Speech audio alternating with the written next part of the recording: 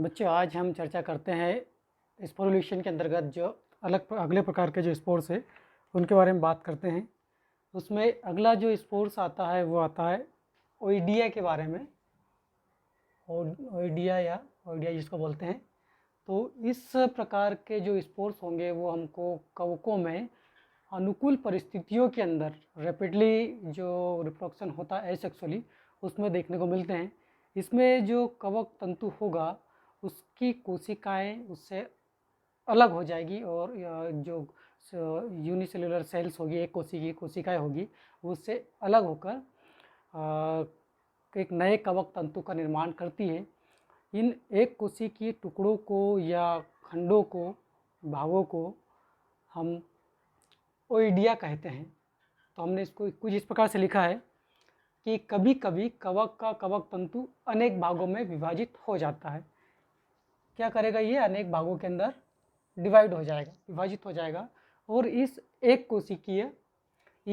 कोशिकीय खंडों को जो कैसे हो सकते हैं, गोलाकार या अंडाकार होते हैं, उन्हें क्या कहा जाता है? ओईडिया कहा जाता है। और ये प्रत्येक ओईडियम हम सिंगुलर फॉर्म बोले इसको, तो प्रत्येक जो ओईडियम अलग होकर कवक तंतु से अलग होगा और एक नया कवक तंतु बना देगा। इसका एग्जांपल हमको म्यूकर के अंदर देखने को मिलता है। तो इस प्रकार का हमने स्ट्रक्चर बताया, एक कवक तंतु है और इसमें इसकी कुछ सेल्स जो होगी इससे सेपरेट हो जाएगी, इसके टुकड़े हो जाएंगे और ये प्रत्येक टुकड़ा एक नए कवक तंतु का निर्माण कर सकता है। तो ये ओईडिया के द्वारा रिप्रोडक्शन असेक्सुअली किस प्रकार से होता है? हमने बोला कि जब इनको जो इनका वातावरण है वो कैसा हो, अनुकूलित वातावरण हो, उस स्थिति के अंदर ये रैपिडली इस प्रकार से ग्रो करेंगे।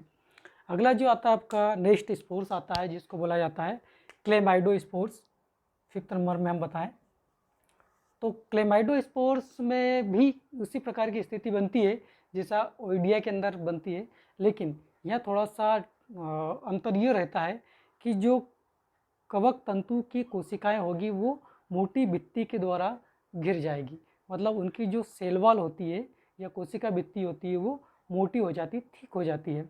तो ये स्थिति कब बनती है? जब कवक अनफेवरेबल कंडीशन के अंदर होगा या हार्श कंडीशन जब होगी, तब उसकी कुछ कोशिकाएं क्या करेगी, अपने चारों ओर एक थिक लेयर बना लेगी।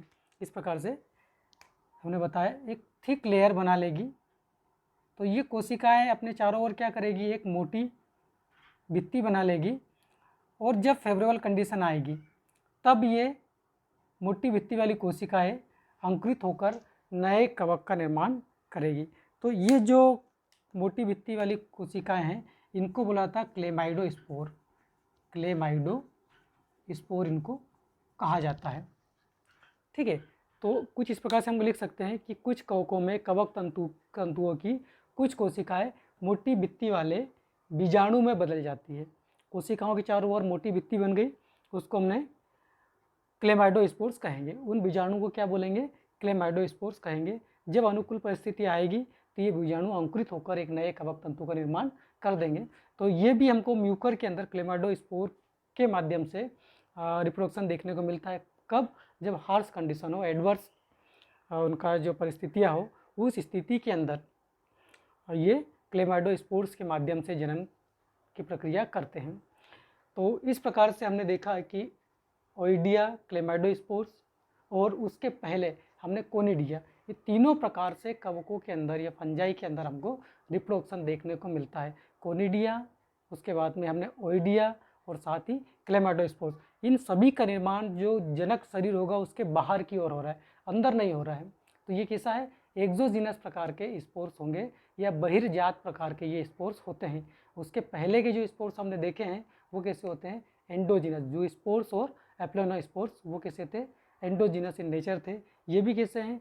एप्लोनोस्पोर्स ही है, क्योंकि इनमें मूवमेंट के लिए कुछ भी स्ट्रक्चर नहीं पाया जाता। तो उसी का एक टाइप हम बता सकते हैं कि एप्लोनोस्पोर की कैटेगरी के अंदर इनको अपन रख सकते हैं। ठीक है। तो ये हो गया असेक्सुअल रिप्रोडक्शन स्पोर्स के माध्यम से किस प्रकार से होता है।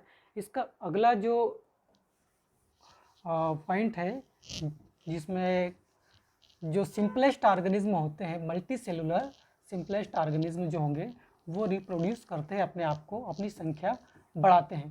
तो उसमें एक आता है अगला आपका, जिसको बोलते हैं फ्रेगमेंटेशन। क्या बोलते हैं? फ्रेगमेंटेशन या खंडन। इस स्थिति में जो मल्टी सेलुलर ऑर्गेनिज्म है, कौन से वाले में बात कर रहे हैं? सिंपलेस्ट या सरल एक कोशिकीय, सरल बहुकोशिकीय, सरल बहुकोशिकीय जीवों के अंदर ही देखने को मिलता है। सरल बहुकोशिकीय जीवों में इस प्रकार का प्रजनन या इस विधि के द्वारा अलैंगिक जनन हमको देखने को मिलेगा। द्वारा अलैंगिक जनन देखने को मिलता है।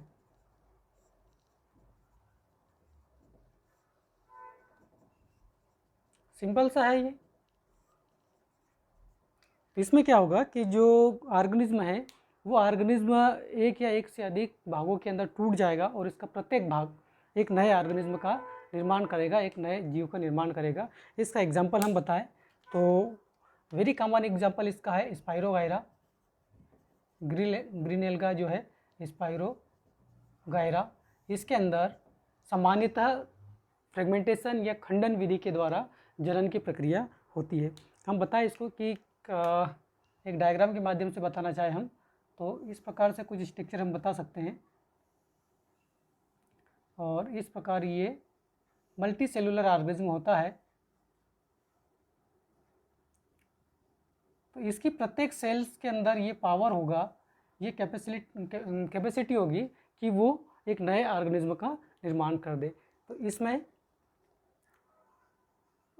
रिबन लाइक आपको क्लोरोप्लास्ट देखने को मिलता है। हमने कुछ इस प्रकार से समझाने का प्रयास किया है ये।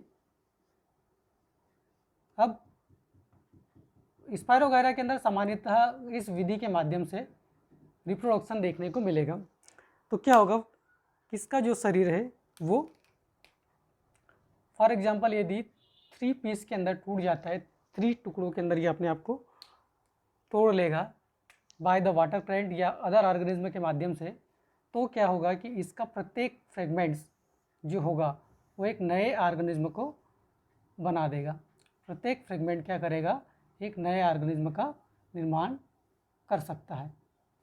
तो इस प्रकार से ये फ्रेगमेंट्स बने, इसके टुकड़े बने, और ये टुकड़े क्या करेंगे, यह भाग जो है, फ्रेगमेंट जो है, वो एक नए ऑर्गेनिज्म का निर्माण करने की इनके अंदर क्षमता होती है। तो इस विधि के द्वारा जो सिंपलेस्ट मल्टी सेलुलर ऑर्गेनिज्म होंगे उनमें रिप्रोडक्शन देखने को मिल रहा है। हम इसको आगे बताएं तो तीनों भाग क्या करेंगे, ये भाग भी एक पूरा स्पाइरोगायरा का निर्माण करेगा और ये वाला भाग भी एक पूरा स्पाइरोगायरा का निर्माण कर सकता है। तो ये कहलाता है आपका फ्रेगमेंटेशन के द्वारा रिप्रोडक्शन। तो उम्मीद है कि आपको यह विधि भी समझ में आ गई होगी कि किस प्रकार से फ्रेगमेंटेशन के द्वारा जो रिप्रोडक्शन जो मल्टी सेलुलर ऑर्गेनिज्म है वो करते हैं। Multi cellular, simplest multi cellular, complex नहीं। कॉम्प्लेक्स में तो जनन के लिए विशेष प्रकार के अंग उपस्थित होते हैं, स्ट्रक्चर उनके पास उपस्थित होते हैं। क्योंकि इनके पास में जो सिंपलेस्ट प्रकार के बहुकोशिकीय या मल्टी सेलुलर ऑर्गेनिज्म होते हैं उनमें रिप्रोडक्शन के लिए कोई विशेष ऑर्गन्स उपस्थित नहीं होते हैं, तो वो इस प्रकार की मेथड्स के माध्यम से रैपिडली अपनी संख्या को मल्टीप्लाई करते हैं, संख्या बढ़ाते हैं, बहुगुणन करते हैं। तो इस प्रकार से एक स्पाइरोगायरा से हमने 3 स्पाइरोगायरा के बाद बताई किस प्रकार से ये खंडन या फ्रेगमेंटेशन के द्वारा यहाँ पर जनन की प्रक्रिया होती है। इसके पश्चात एक अगला टॉपिक आता है जिसको बोला जाता है रीजनरेशन। तो रीजनरेशन भी कुछ इसी प्रकार से है, थोड़ा सा डिफरेंस है रीजनरेशन और फ्रेगमेंटेशन में। हम अगली बात करें पुनरुद्भवन या रीजनरेशन की जो प्रोसेस है, या हम इसको बोलते हैं पुनरुद्भवन बोला जाता है। तो इस प्रोसेस में कुछ जीवों के अंदर ये कैपेसिटी होती है ये क्षमता होती है कि अपने जो उनके जो ऑर्गन्स है यदि वो लॉस्ट हो जाए, डैमेज हो जाए, तो उसको वापस वो बना सकते हैं, रीजनरेट कर सकते हैं। फॉर एग्जाम्पल हम कुछ लिजर्ड्स के बारे में देखें, छिपकलियों के बारे में देखें, तो एक्सीडेंटली इनकी यदि जो टेल है वो कट जाती है, तो वो अपनी टेल को वापस बना सकते हैं, वो रीजनरेट कर सकते हैं। तो उस क्षेत्र में कुछ विशेष प्रकार की कोशिकाएं होती है जिनको स्टेम सेल कहा जाता है, उनके माध्यम से अपने उस अंग का निर्माण कर सकती है। ठीक है, तो लेकिन कुछ ऑर्गेनिज्म ऐसे होते हैं जो पूरे के पूरे शरीर को ही बना सकते हैं। कुछ ऑर्गेनिज्म के अंदर ये कैपेबिलिटी होती है कि वो यदि वो उनका भाग टूटता है, वो स्प्लिट होते हैं उनकी बॉडी कहीं से, तो प्रत्येक भाग से वो क्या करेंगे, एक नए ऑर्गेनिज्म का निर्माण कर सकते हैं। तो चूँकि रीजनरेशन एक रिप्रोडक्शन की यूजुअल मेथड नहीं है, जैसा फ्रेगमेंटेशन हमको देखने को मिलता है कि वो रिप्रोडक्शन की मेथड्स हैं, लेकिन रीजनरेशन सिर्फ अपने खोए हुए अंगों को वापस प्राप्त करने की एक प्रोसेस होती है। लेकिन कुछ ऑर्गेनिज्म के अंदर ये जो रीजनरेशन की प्रक्रिया उसके माध्यम से वो जनन कर सकते हैं। फॉर एग्जांपल हम बताएं तो इसका रीजनरेशन का समझ में आ गया कि रीजनरेशन क्या होता है। हम यहाँ लिखना चाहते हैं, इसको लिख दें कि कुछ जीवों में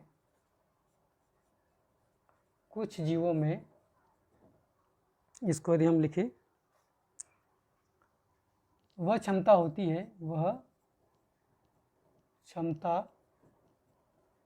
होती है जिसके माध्यम से वह या वे खोए हुए अंगों का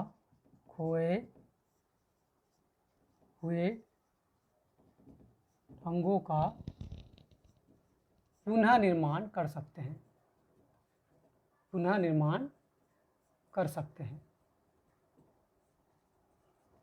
ये प्रक्रिया क्या कहलाती है? रीजनरेशन कहलाती है या पुनरुद्भवन कहलाती है। लेकिन हमने क्या बताया कि कुछ ऑर्गेनिज्म ने इस विधि को इस प्रकार से अडॉप्ट किया है, यदि वो उनका बॉडी स्प्लिट होती है तो प्रत्येक टुकड़ा क्या करेगा, अपने आप को बना लेगा, नया ऑर्गेनिज्म उससे तैयार हो जाता है। इसका एग्जाम्पल हाइड्रा है और प्लेनेरिया है, स्टारफिश है। इनके अंदर हमको रीजनरेशन के माध्यम से रिप्रोडक्शन देखने को मिलता है। तो हम एग्जाम्पल लें इसमें, प्लेनेरिया और स्टारफिश। तो प्लेनेरिया भी यदि हम बताएं डायग्राम के माध्यम से इसको, तो कुछ इस प्रकार से यदि एक प्लेनेरिया है और ये एक्सीडेंटली इसकी बॉडी यदि टूट जाए, स्प्लिट हो जाए, तो प्रत्येक टुकड़ा, ये वाला भाग भी, ये वाला भाग भी और ये वाला भाग भी क्या करेगा, बाकी जो रिमेनिंग पार्ट है उसको रीजनरेट कर लेगा। तो किस प्रकार से ये हेड वाला रीजन जैसा हम बताएं, सेकंड इसका ट्रंक वाला रीजन और ये इसका लास्ट वाला टेल वाला रीजन हम बता सकते हैं। तो ये जो क्षेत्र है, ये हेड वाला रीजन क्या करेगा, आगे बाकी जो रिमेनिंग पार्ट है उसको बना लेगा। इससे क्या होगा, एक नया प्लेनेरिया बन जाएगा और इस वाले भाग से भी एक नया प्लेनेरिया हमको बनता हुआ दिखेगा और इस वाले भाग से भी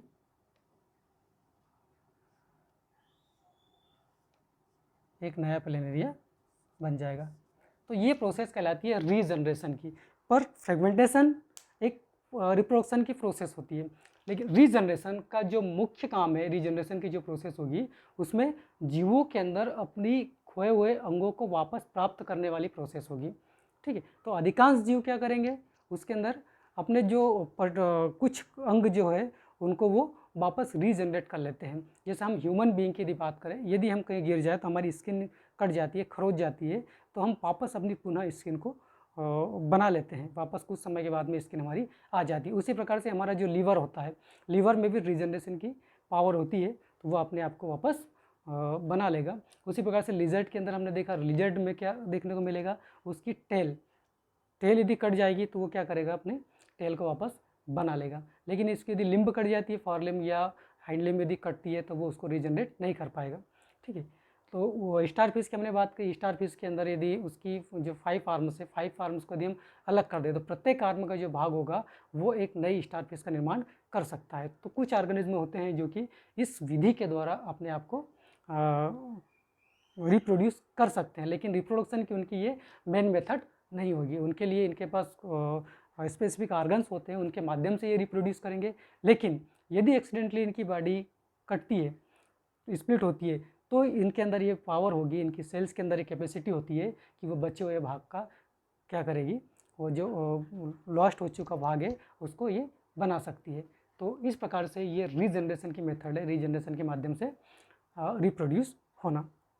ये भी असेक्सुअल के अंतर्गत ही आ रहा है, क्योंकि कायिक भावों की यहाँ बात हो रही है, तो ये भी किसा असेक्सुअल के अंतर्गत आता है। अगला जो असेक्सुअल रिप्रोडक्शन में एक और मेथड्स आती है जिसको बोला जाता है प्लाज्मोटोमी। तो हम प्लाज्मोटोमी की चर्चा थोड़ी सी करें। प्लाज्मोटोमी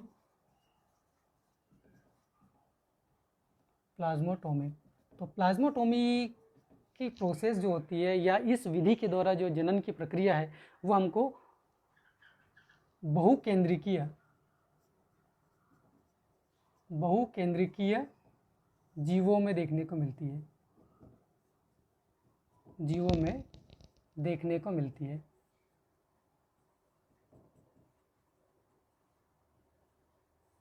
कैसे जीव? मल्टी न्यूक्लिएटेड जो ऑर्गेनिज्म होंगे उनके अंदर हमको प्लाज्मोटोमी के माध्यम से रिप्रोडक्शन देखने को मिलता है। तो इस विधि में क्या होता है, इस प्रक्रिया में या इस जनन विधि में सर्वप्रथम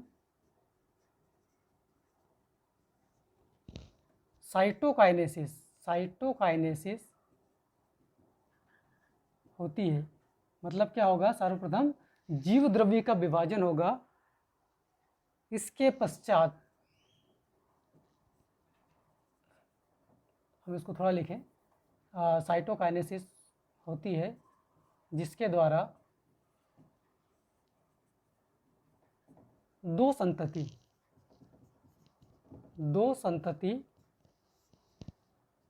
जीवों का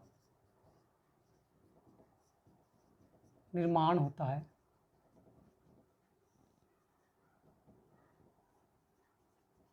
जिसके द्वारा दो संतति जीवों का निर्माण होता है।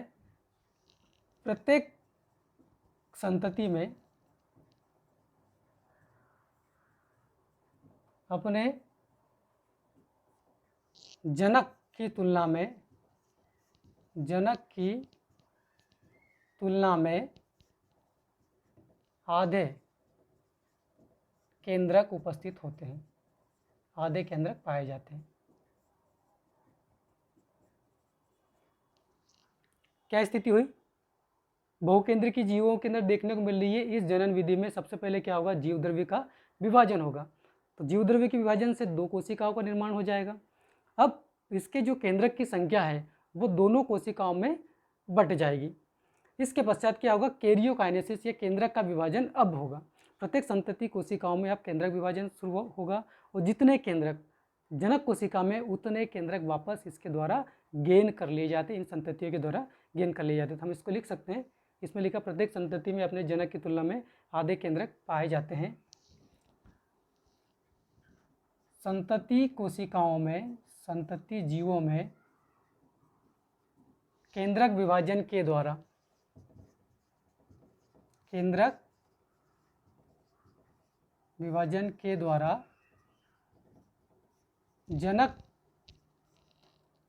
जीव के बराबर केंद्रक संख्या प्राप्त कर ली जाती है,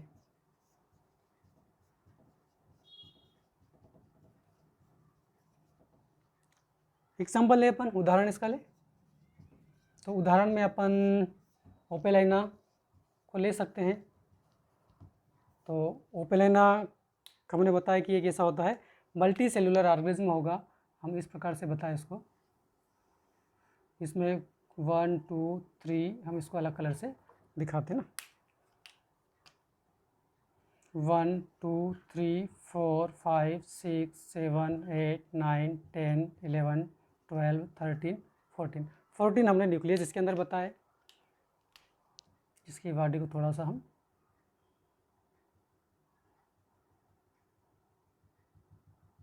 अब इसमें सर्वप्रथम क्या होगा, साइटोकाइनेसिस की प्रोसेस होगी।